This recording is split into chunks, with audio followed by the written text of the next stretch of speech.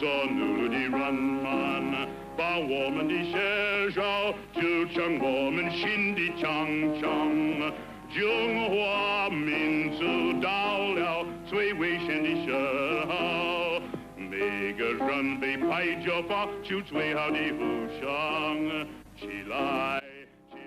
This is Paul Robeson, the world-renowned American singer. He sang March of the Volunteers, the anthem of People's Republic of China. How does Paul and the Chinese anthem relate to each other? As a civil rights movement participant, Robeson was the member of a Revolutionary Party of African Americans and also a lifelong admirer of Chairman Mao. Just as Paul Robeson, African Americans were attracted to Mao Zedong around 1970. The famous Black Panther Party and the Communist Labor Party were actually political parties based on Maoism. It is said that in the early 1970s, almost every African American living in Harlem, New York City had a copy of Little Red Book of Chairman Mao.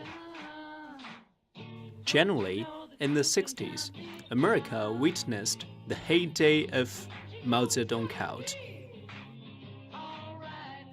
The Motor City Labor League, MCLL, in the early 1970s was one of the most famous worker organizations following Maoism. To express their ideologies, the MCLL issued a poster about their ideological guru, Mao Zedong. On the left of Mao's photo, we find Mao's famous saying in English, "A revolution is not a dinner party or writing an essay. A revolution is an insurrection, an act of violence by which one class overthrows another." The marriage of American students and Maoism gave rise to many student Maoist organizations. Now, let's hear two short speeches from them.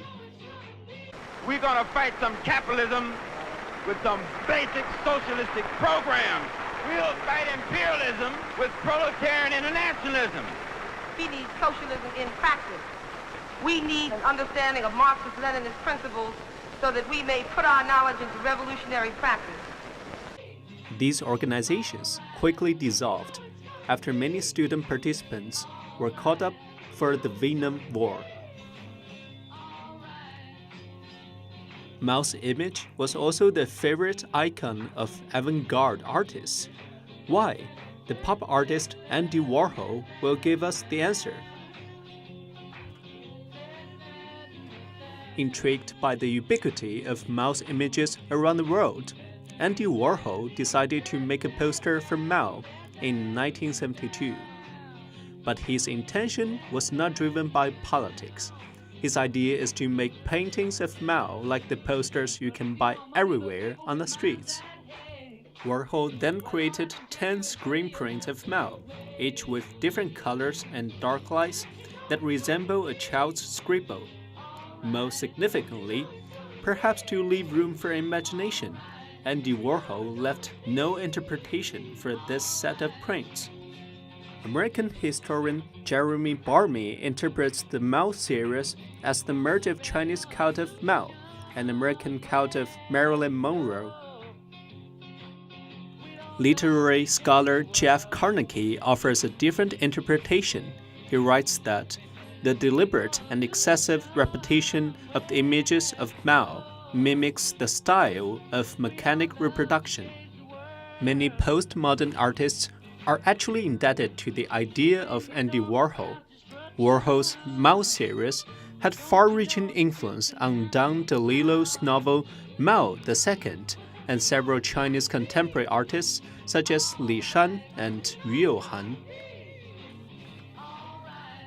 Next time, don't be surprised when you see a Maoist image on someone's Mac desktop or graffiti in a subway station.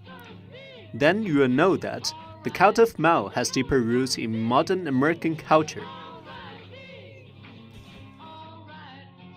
For the enrichment of our culture, we have to say, "Thank you, Chairman Mao."